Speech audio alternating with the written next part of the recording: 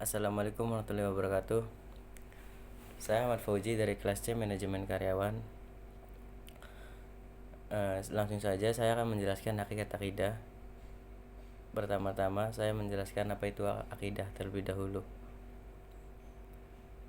Menurut istilah etimologi, akidah yaitu iman kepada Allah, kepada para malaikatnya, kitab-kitabnya, para rasul, dan kepada hari akhir.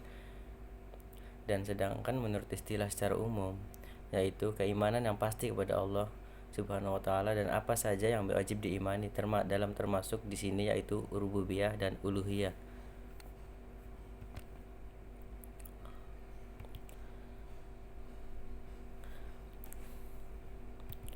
Dan sekarang saya akan memaparkan hakikat akidah. Sesungguhnya seseorang akan benar akidahnya apabila imannya lurus, sehingga itu menjadi syarat diterima atau tidaknya amal ibadahnya. Dapat dikatakan seseorang itu benar dan lurus akidahnya jika benar dan lurus keimanannya. Urgensi akidah sebagai landasan agama syariat terbagi dua, yaitu i'tiqodiyah dan amaliyah. Apa itu i'tiqodiyah? I'tiqodiyah yaitu hal-hal yang tidak berhubungan dengan tata cara amal. Dan amaliyah itu yaitu segala yang berhubungan dengan tata cara amal, contohnya seperti zakat, sholat, dan puasa. Dan sesungguhnya akidah yang benar adalah fundamen bagi bangunan agama serta merupakan syarat sahnya amal.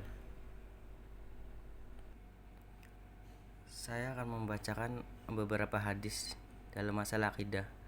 Di sini saya akan membacakan hadis yang pertama, yaitu dari Abu Hurairah radhiyallahu anhu dari Abu Hurairah radhiyallahu anhu. Beliau bersabda, Bismillahirrahmanirrahim. Walladzi nafsi Muhammad biyadihi la yasma'u bi ahadu min ba'dil ummati yahudi wala nasrani summa yamutu walam yu'minu billadzi ursiltu bihi illa kana min ashabin nar. Dan artinya, demi yang jiwa Muhammad berada di tangannya, tidaklah mendengar tentangku seorang dari umat ini, baik ia seorang Yahudi maupun Nasrani, lalu ia meninggal dunia dalam keadaan tidak beriman terhadap apa yang aku diutus dengannya, dalam kurung agama Islam, kecuali ia pasti termasuk menjadi penghuni neraka. Bismillahirrahmanirrahim. Saya akan membacakan hadis yang kedua, yaitu manisnya iman, dari Anas bin Malik radhiyallahu anhu. Beliau bersabda, Salasu man kunna fihi wajada halawatul imani ayyakunallah wa rasuluhu ahabbu ilaihi mimma siwahuma wa an yuhibbal mar'a la yuhibbuhu illa lillahi aw an yakraha an ya'uda fil kufri kama yakrahu an yuqdhafa finnar. Yang artinya, ada 3 hal yang barang siapa memilikinya di dalam dirinya, maka ia akan menemukan manisnya iman, yaitu Allah dan Rasulnya. Lebih ia cintai dari selain keduanya. Ia mencintai seseorang yang ia tidak mencintainya kecuali karena Allah Subhanahu wa taala, dan ia merasa benci untuk kembali kepada kekufuran sebagaimana ia merasa benci jika dilemparkan ke dalam neraka. Dan saya akan menjelaskan dengan sifat akidah. Sifat akidah bagi manusia adalah bawaan. Manusia secara kodrati sudah mempunyai kecenderungan atau naluri untuk bertuhan. Sifat inilah yang oleh Mircea Eliade disebut sebagai homo religius. Dana Zohan dan Ian Marshall menyebutnya sebagai good spot dalam Pasya 2005. ayat 164. Dari waktu ke waktu, meski tanpa mengenal ayat Tuhan dan para rasul, sejarah manusia selalu diwarnai dengan pencarian dan penyembahan akan Tuhan. Berkenaan dengan hal ini, Allah Subhanahu wa taala berfirman, dan ingatlah ketika Tuhanmu mengeluarkan keturunan anak-anak Adam dari sulbi mereka dan Allah mengambil kesaksian terhadap jiwa mereka. Secara berfirman, bukankah aku ini Tuhanmu? Mereka menjawab, betul, engkau Tuhan kami. Kami menjadi saksi, kami lakukan yang demikian itu, agar di hari kiamat kamu tidak mengatakan, sesungguhnya kami Bani Adam adalah orang-orang yang lengah terhadap ini kesan Tuhan.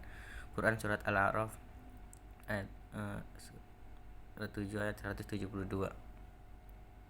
Dalam ayat ini dijelaskan bahwa sebelum manusia terlahir ke dunia, Allah pernah mengambil sumpah terhadap jiwa-jiwa mereka dengan menanyakan kepada jiwa-jiwa itu, bukankah ini Tuhanmu?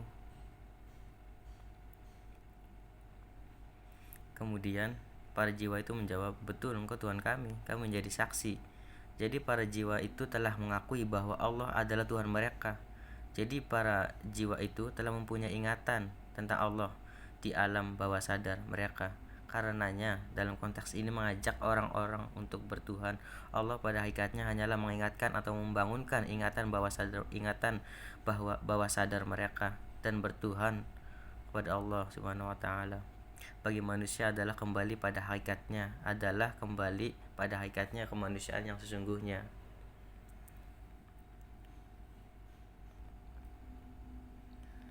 Tadi sudah membahas sifat akidah, sekarang akan membahas ruang lingkup akidah. Apa yang akan kita pelajari dalam akidah ini? Ulama telah membagi ruang lingkup pembahasan akidah ke dalam 4 pembahasan, yaitu yang pertama ilahiyat, nubuwat, ruhaniyat, dan sam'iyat. Ilahiyat yaitu pembahasan yang berkenaan dengan masalah ketuhanan, utamanya pembahasan tentang Allah Subhanahu wa taala. Dan yang kedua nubuwat. Nubuwat yaitu pembahasan yang berkenaan dengan utusan-utusan Allah, yaitu para nabi dan rasul-rasul Allah. Yang ketiga ruhaniyat, yaitu pembahasan yang berkenaan dengan makhluk gaib seperti jin, malaikat, dan iblis.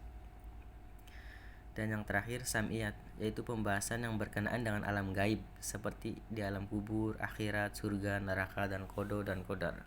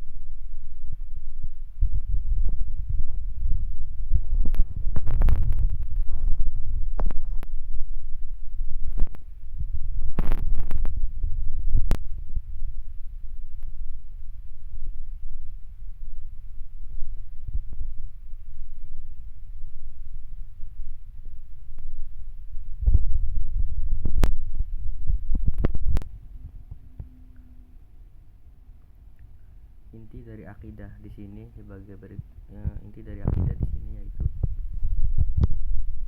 akidah ialah sesuatu yang dari ini dan dipegang teguh, sukar sekali untuk dirubah. Dia beriman berdasarkan dalil-dalil yang sesuai dengan kenyataan, seperti beriman kepada Allah Subhanahu wa taala, para malaikat, kitab-kitab, dan rasul-rasul Allah, adanya qadar baik dan buruk, dan adanya hari akhir. Itu saja yang saya